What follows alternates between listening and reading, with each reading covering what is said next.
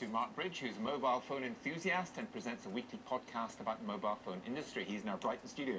Mark, I take it, given what I've just said, you are in favour of this tap-and-go thing that we'll all be apparently using to spend our money? I can't say that I'm completely in favour of it, simply because there doesn't seem to be a great deal of point to it at the moment. The contactless credit cards have been out for a year or two, but until there's a whole lot more readers available, then you're still going to have to carry money around with you. You're still going to have to carry conventional credit cards around with you. So it's a first step, but I think we're a long way off getting too enthusiastic about it. You know, I was really struck by the chap in that little report there who said he was worried about security. I'm of course worried about security. The other thing I'm worried about is the more we put on our mobile phones, when we lose them, that's it. We lose our lives.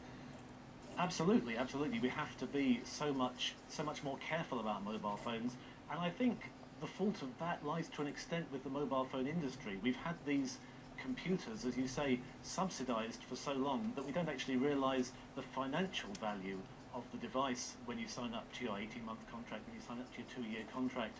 Never mind the information that's on there, the contacts, the photos, an awful lot of information you don't want to fall into somebody else's hands. In some ways, the credit card part of it is actually the least you have to worry about. That's, if anything, more protected than a conventional credit card.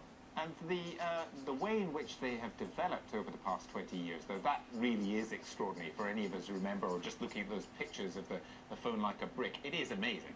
Oh, it is, absolutely, absolutely. I mean, when you can kind of consider that in 1991, I think it was, we were looking at devices like this.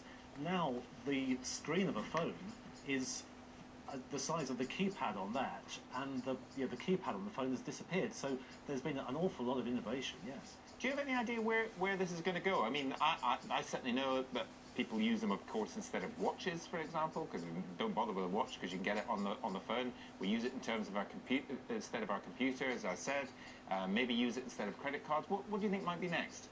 Well, I think we have to stop thinking about the phone as being a phone for a start. As you mentioned, text messaging has become more important to many people than phone calls. The idea that your phone has a camera on it. But I think we're going to go the way of, if anything, diverging. So you're actually going to be able to make phone calls on more devices. If anything, I think your phone is going to be a substitute camera, perhaps, a substitute music player, but actually you're going to also be able to perhaps make phone calls on your camera. All right, well, I can't wait. Mark, thanks very much for joining us.